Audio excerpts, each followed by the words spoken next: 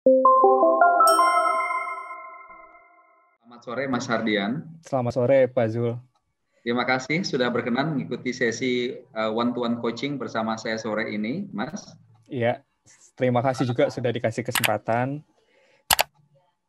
Ya, dan sesi coaching ini akan mengikuti kaidah yang ditentukan oleh ICF, Mas, International Coach Federation, di mana sesi ini berlangsung secara konfidensial antara saya sebagai coach dan Mas Hardian sebagai coachee.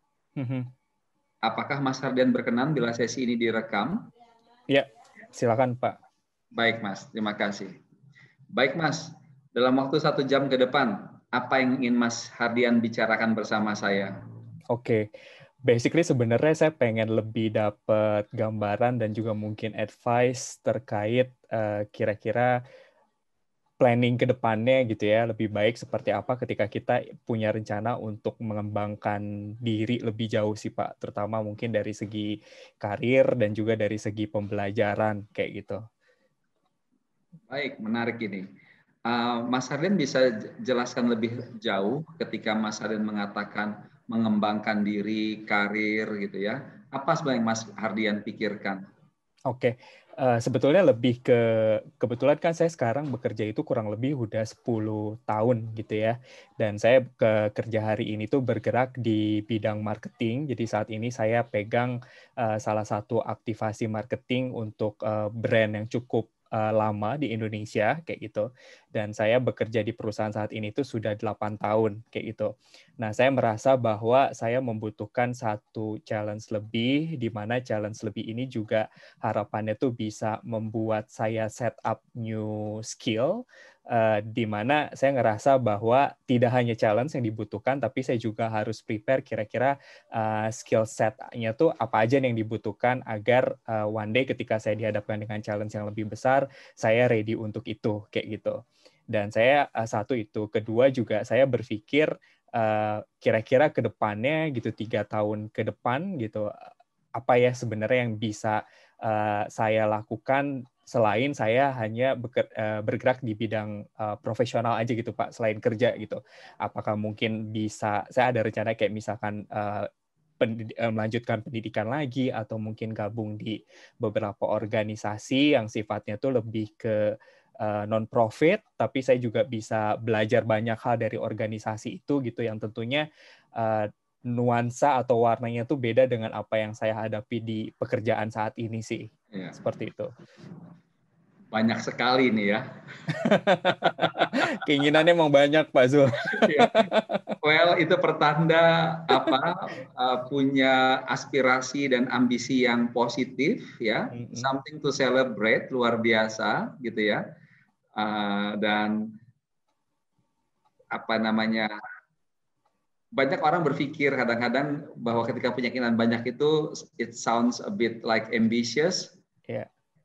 Tapi kan itu sebetulnya sebagai apa namanya motor ya, motor penggerak ya. Yeah.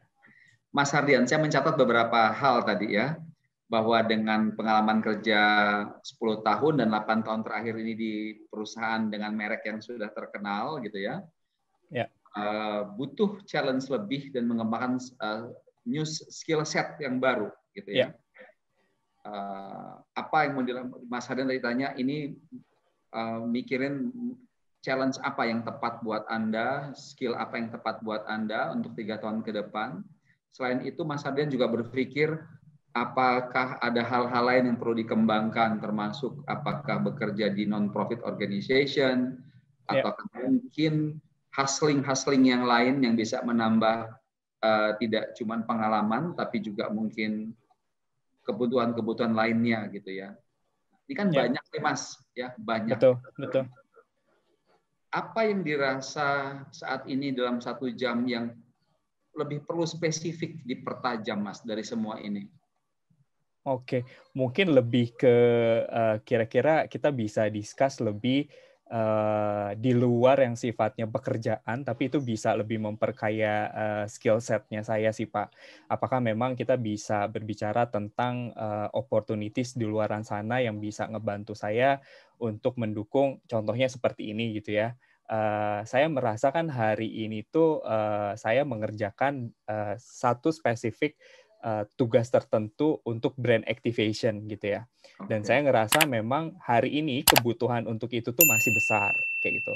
Tapi pada faktanya tren itu berbicara bahwa digital things itu tuh memang sekarang lagi booming nih kayak gitu ya. Nah, tentunya kalau misalnya kita bicara di aspek karir gitu, kita minta posisi, saya pengen pegang digital gitu, itu kan rasanya tidak mungkin terjadi dalam satu hari gitu ya. Ada proses panjang yang harus saya laluin gitu. Nah, untuk memfulfill kebutuhan ini, memang saya membutuhkan satu platform lain di luar karir, di mana saya bisa, satu, bisa belajar, dan kedua juga saya bisa mengekspresikan ilmu pengetahuan yang saya dapatkan di digital marketing ini gitu. Karena saya believe ketika hanya sifatnya itu kita belajar dari textbook saja gitu, itu rasanya kurang lengkap sih Pak Zul. Jadi saya ngerasanya saya butuh satu platform di mana saya juga bisa mencurahkan kreativitas saya di digital marketing. Nah, cuman kan kalau di karir rasanya udah nggak mungkin karena memang saya punya scope work yang berbeda.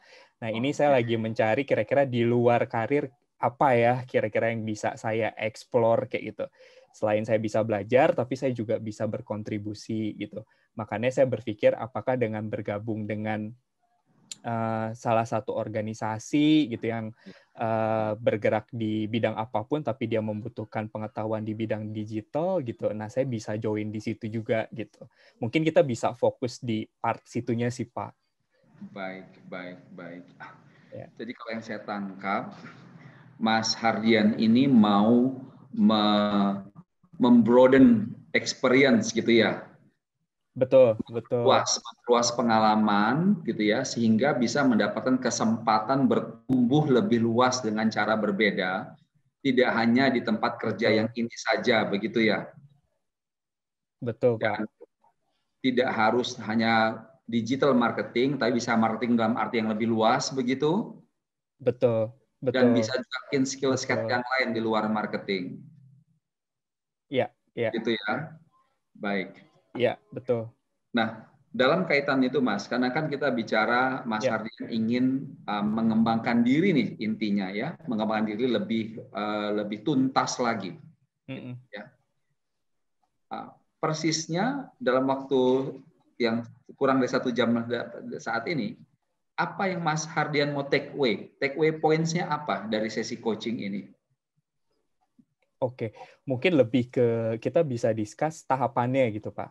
Nah, apakah mungkin tahapannya apakah better gitu ya? Saya katakanlah misalnya contoh lebih baik kayak mengambil S2 dulu yang memang fokus di bidang digital marketing, atau sebetulnya saya juga bisa ambil course yang sifatnya lebih fleksibel, atau mungkin bisa join di organisasi-organisasi lain gitu untuk ngebangun new skill set-nya saya kayak gitu.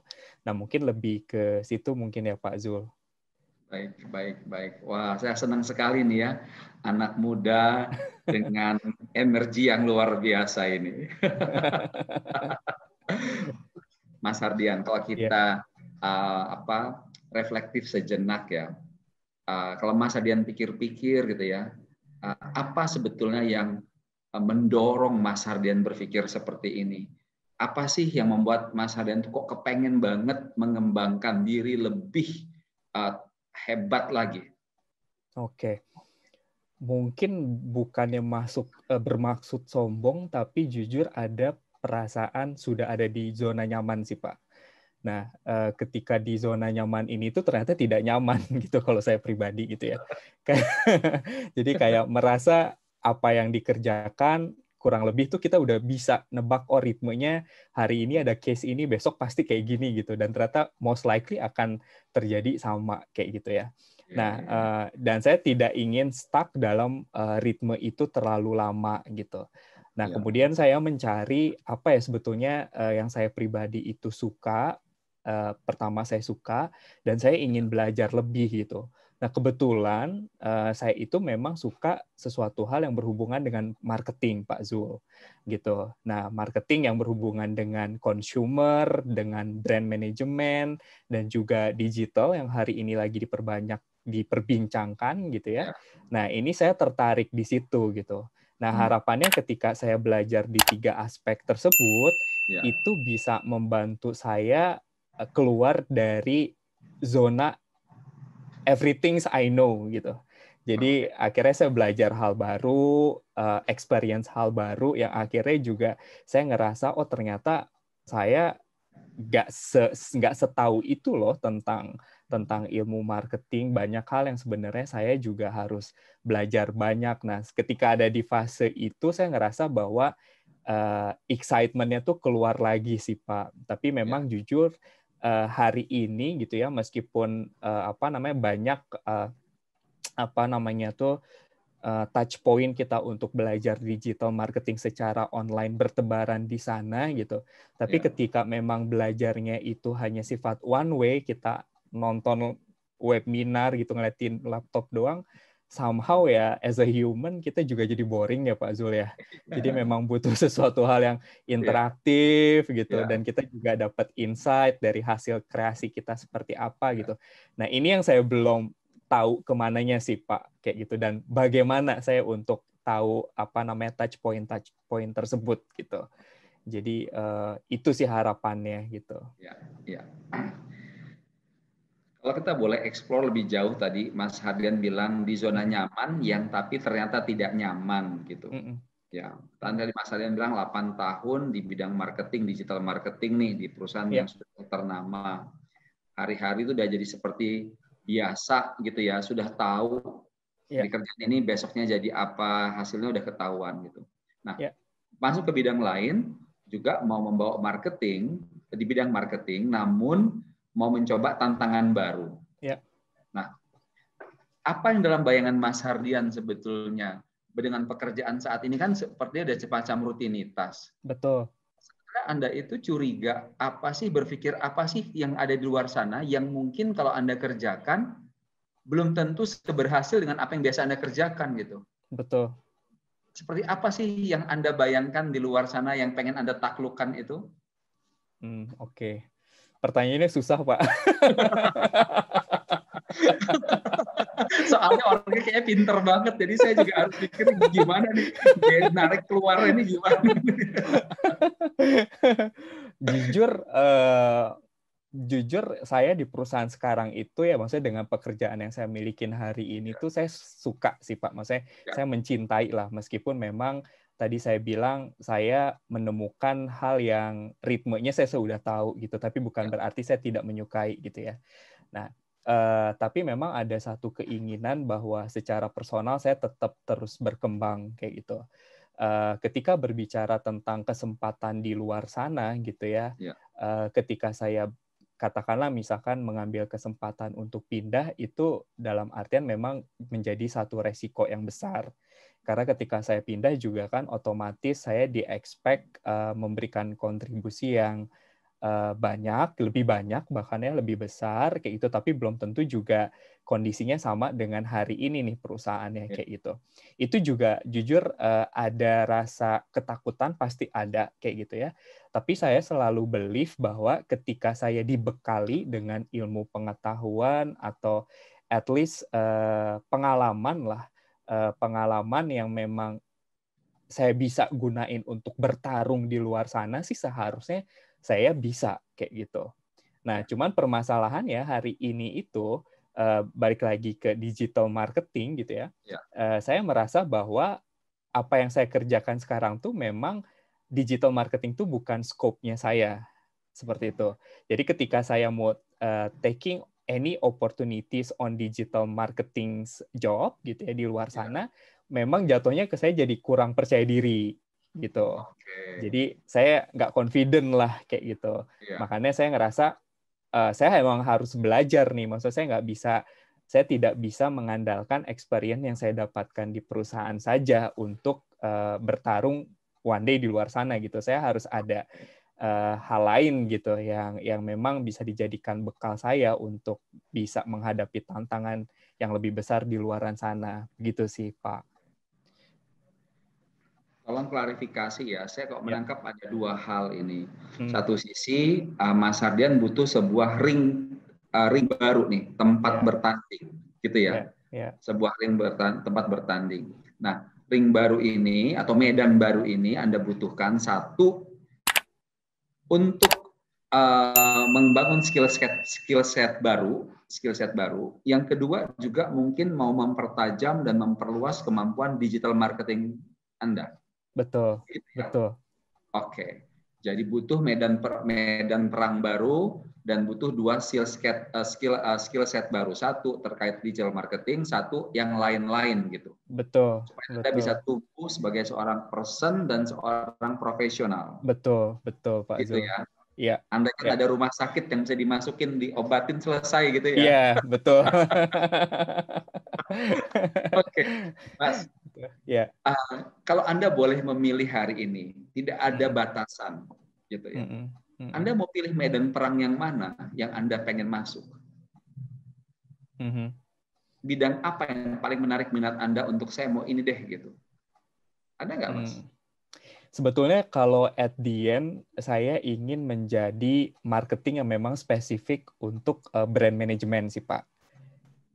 Cuman saya memahami bahwa ketika saya menjadi expert di brand management gitu, dia memang nggak bisa berdiri sendiri sih. Karena yang saya tahu adalah seorang ahli yang bergerak dalam brand management, dia harus memiliki pengetahuan cukup holistik gitu. Dia harus kuat dari segi consumer behavior-nya, dia harus kuat dari segi komersial atau sales-nya gitu. Dan dia juga harus paham tentang media, salah satunya digital gitu. Nah, untuk 2 poin yang consumer behavior dan sales itu saya sebetulnya sudah punya pengalaman di situ. Nah, cuman untuk yang di digital ini tuh memang ya karena balik lagi kalau misalnya dikerjakan kita nggak bisa meminta kesempatan dengan semudah itu gitu ya. Ini yang memang jadi tantangan saya untuk menemukan media yang pas, tempat yang pas untuk saya bisa eksplorasi digital marketing gitu. Nah, harapannya misalkan one day ternyata ada kesempatan yang lebih besar gitu di luar sana atau di perusahaan saya sekarang gitu. Saya udah punya apa namanya tuh skill set yang integrated gitu, komprehensif lah katakan untuk bisa taking higher challenge kayak gitu. I see.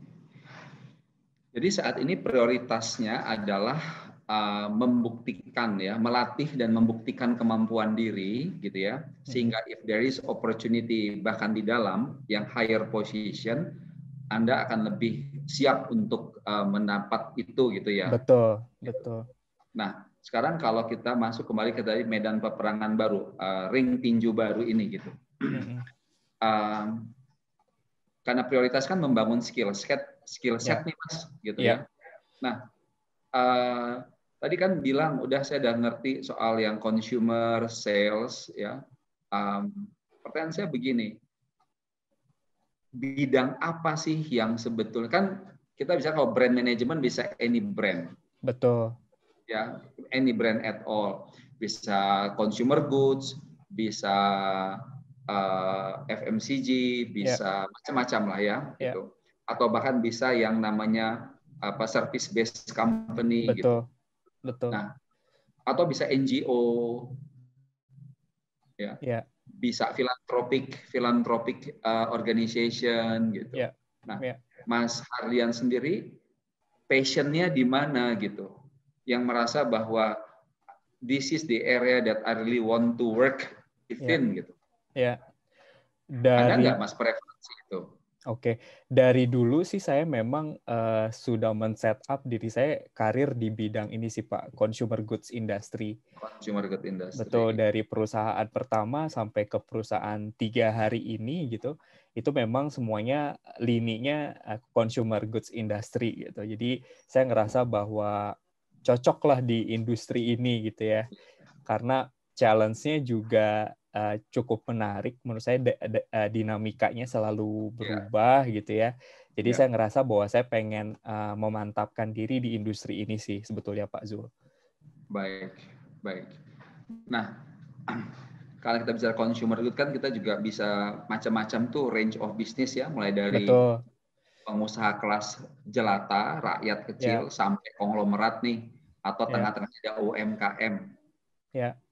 Nah, kalau kita bicara consumer goods di kelasnya UMKM gitu, apa yang terbayang oleh Mas Hardian saat ini? Misalkan kalau kita ambil contoh UMKM saja, tapi yang berbasis consumer goods. UMKM yang berbasis consumer goods ya Pak ya. Ya. Kalau saya sih ngelihat mungkin yang sekarang lagi growing itu lebih ke apa namanya tuh healthcare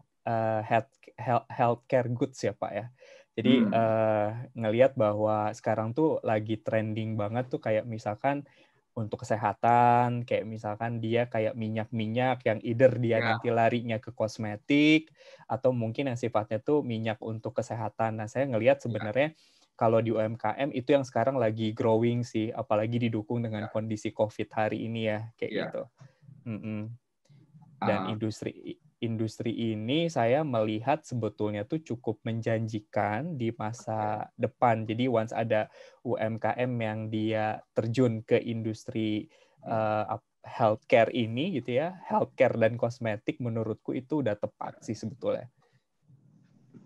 Nah, sejauh ini apa yang sudah Mas Hardian lakukan terkait dengan kelompok ini, sektor ini dalam UMKM? Sejauh apa yang sudah dilakukan? Jujur sebetulnya lebih ke pengguna sih Pak. Yang sifatnya contributing itu mungkin lebih ke kontribut sebagai konsumen gitu ya. Tapi kalau misalnya sebagai kontributor misalkan sharing experience atau apapun itu sih jujur saya belum ada, dan karena memang saya nggak tahu caranya gimana juga sih. Kayak gitu. Jadi lebih ke pengguna sih sebetulnya Pak Zul. Kalau misalkan saya kumpulkan 50 pengusaha UMKM di bidang healthcare product, mulai dari herbal lotion, minyak urut, minuman yang sehat, gitu ya. Apa saja yang Anda bayangkan Anda akan sampaikan ke mereka dari experience Anda, dan terus Anda mau mencoba membangun brand-nya mereka, brand management mereka. Apa itu, Mas? Kalau saya yang terbayang saat ini mungkin lebih ke efektivitas dalam kita berkampanye. Karena kalau misalnya UMKM kan sebetulnya challenge terbesarnya adalah masalah capital gitu ya. Terkadang harapannya sih sebetulnya UMKM ini tuh memiliki wawasan bahwa campaign yang benar itu bukan berarti campaign yang terlihat di mana-mana gitu, belum tentu itu benar gitu. Tapi campaign yang benar adalah campaign yang ketika memang relevan dengan si konsumennya. Jadi ketika memang saya diberikan kesempatan untuk ada di antara mereka, saya akan lebih sharing bagaimana cara menciptakan suatu campaign yang efektif untuk konsumennya mereka, targetnya mereka.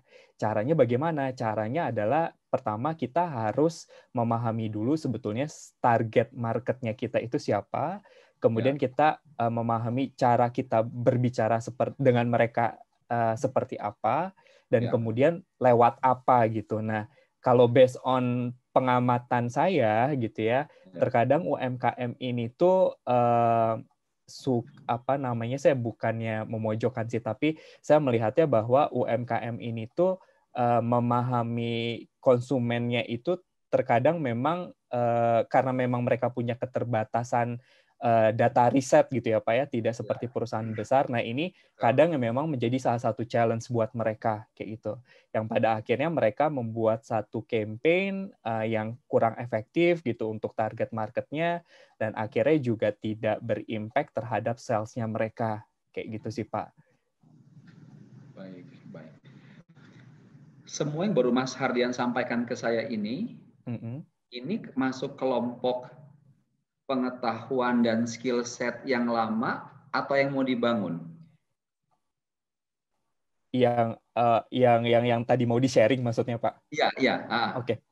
Itu sebetulnya apa yang saya jalanin hari ini sih. Jadi yang lama sebetulnya. Gitu. Ya, yang existing. Jadi kan pengetahuan yang sudah diketahui selama ini, gitu kan? Iya. Terus ini ada sekelompok pengusaha nih, pemilik 50 brand, ya. Ada 50 pengusaha, 50 brand. Sektornya consumer goods, health product. Nah, apa dalam bayangannya Mas Hardian gap-nya ini?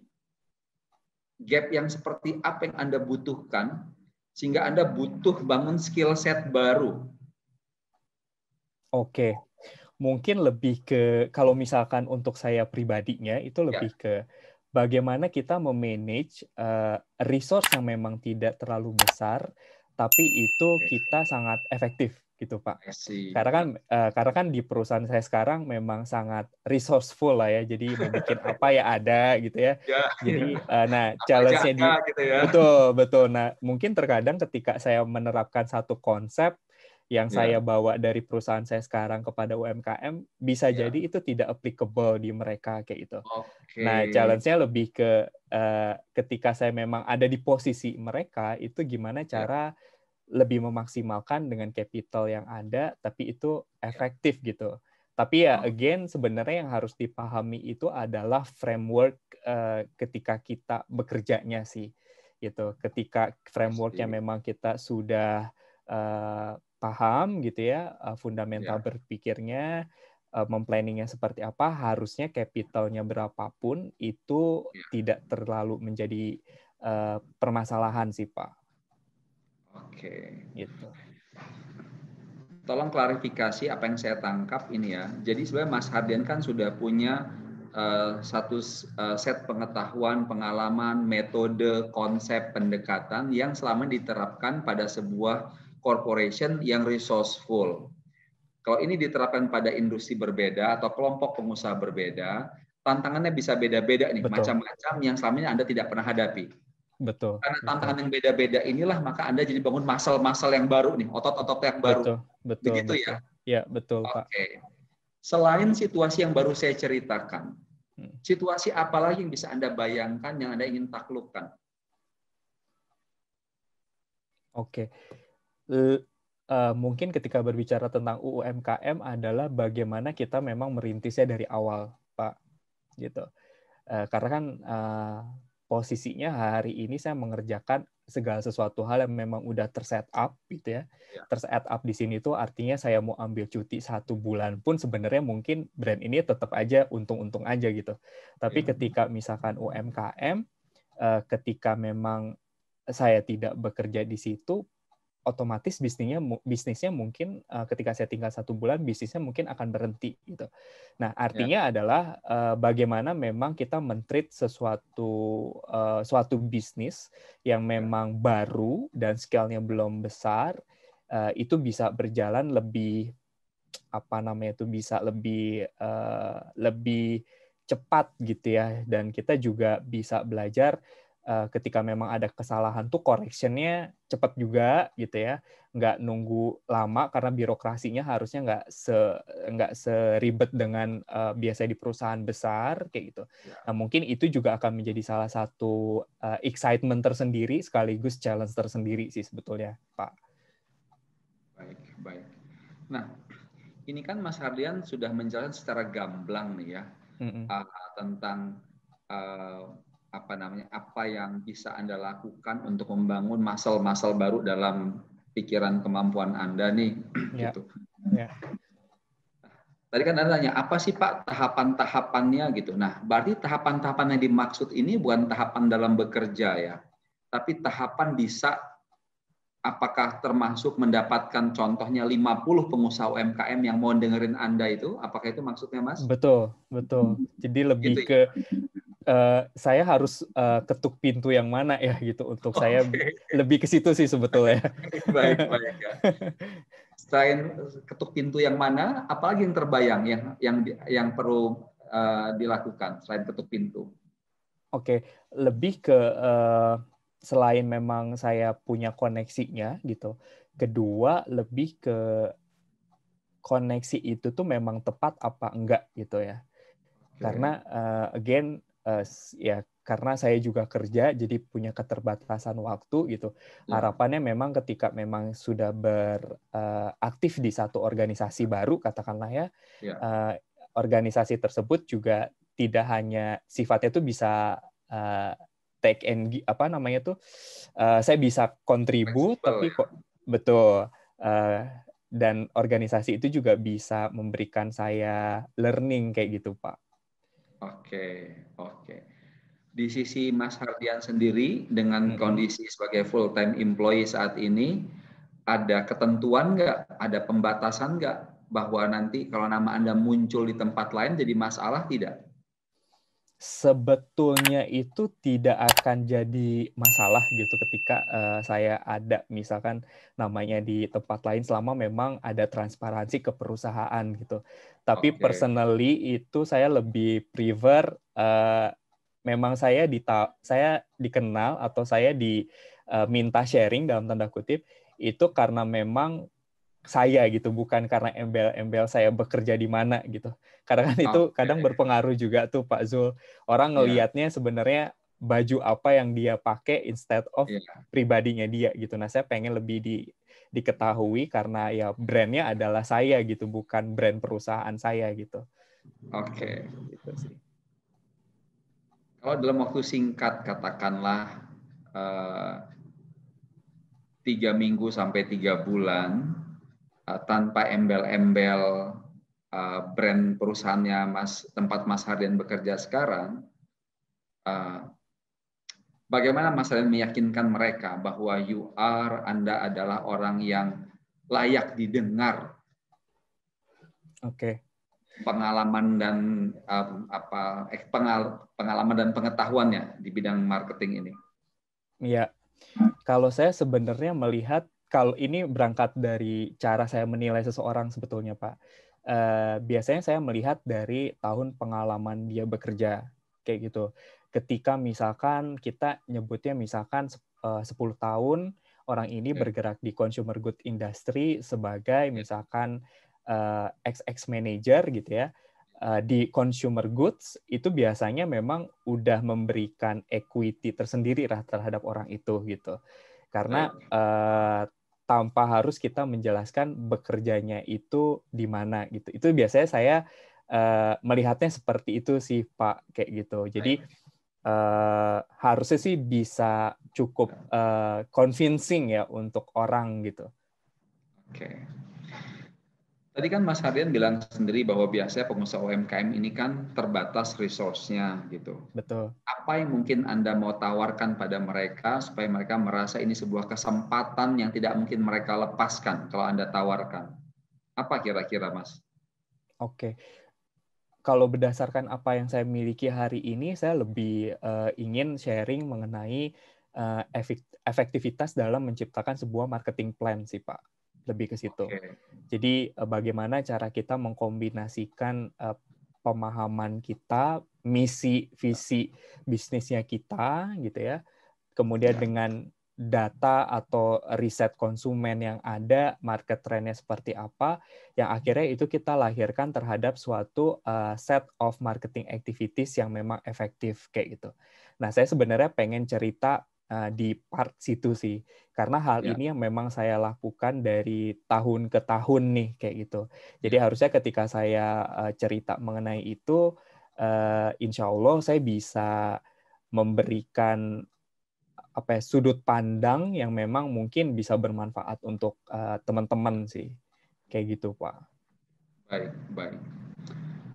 Dalam benak Mas Hardian, berapa lama waktu yang Anda mau berikan pada Anda sendiri nih untuk bisa mulai ketok pintu sampai dapat satu kelompok atau beberapa lembaga perusahaan UMKM yang mau menjadi atau mau mendengarkan Anda?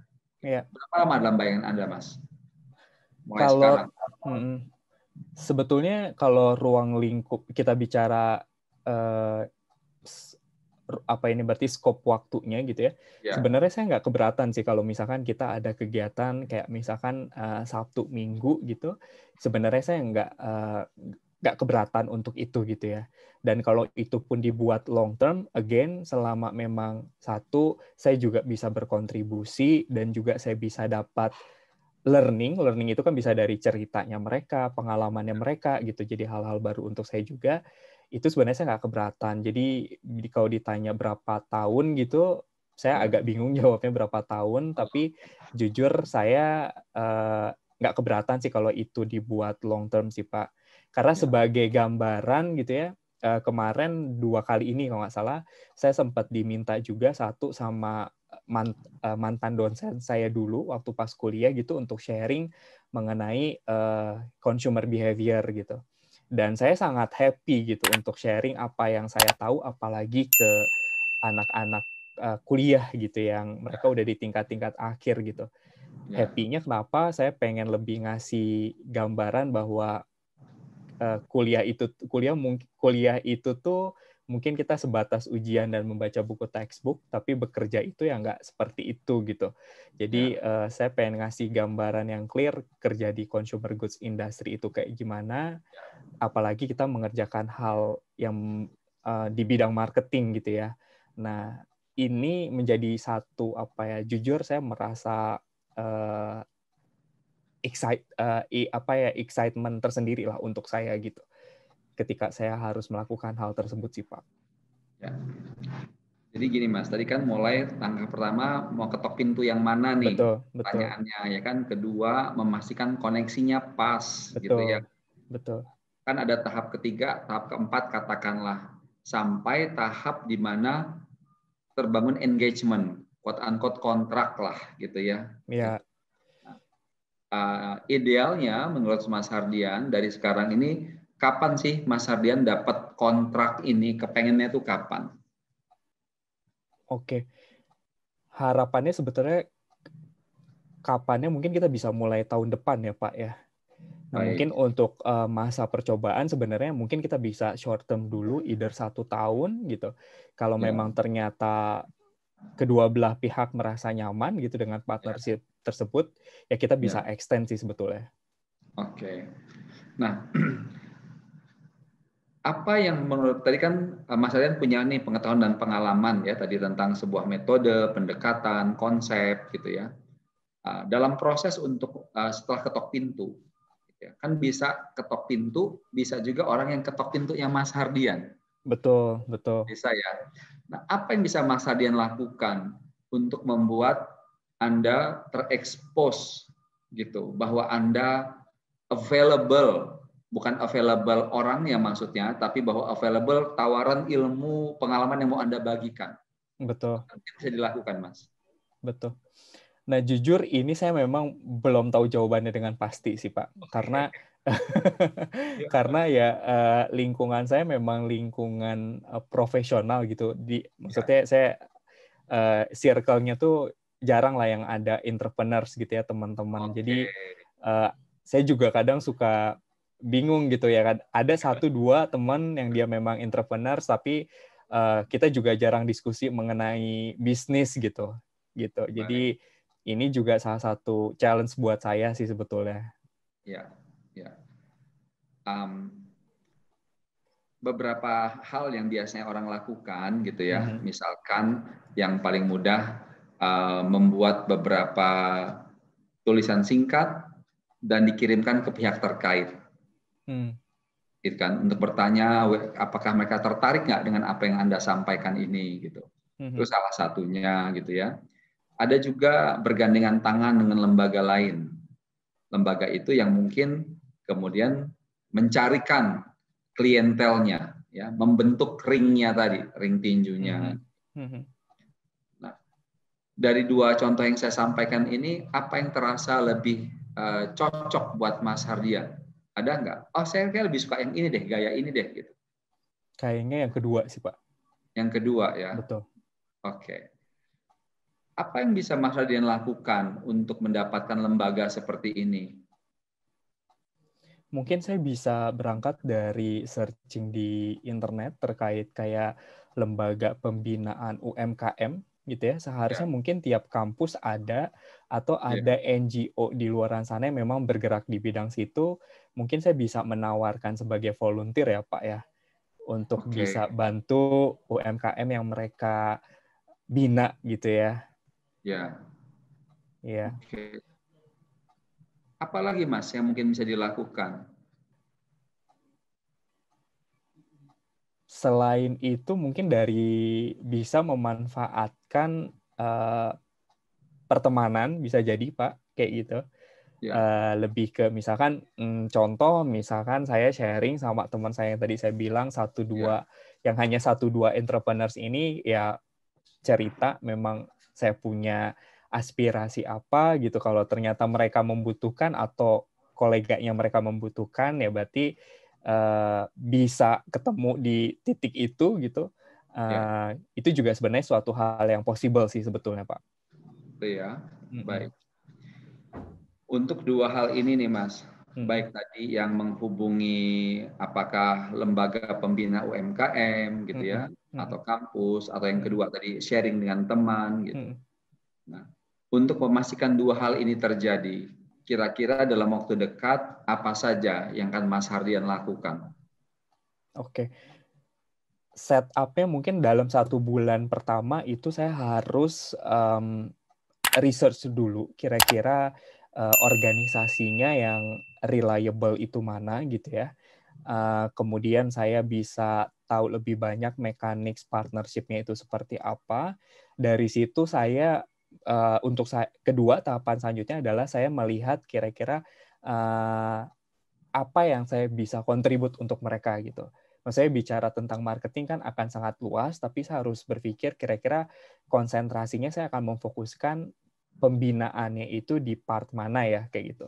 Ini yang mungkin akan lebih mudah untuk menemukan supply and demand-nya gitu ketika masuk ke organisasi tersebut, Pak.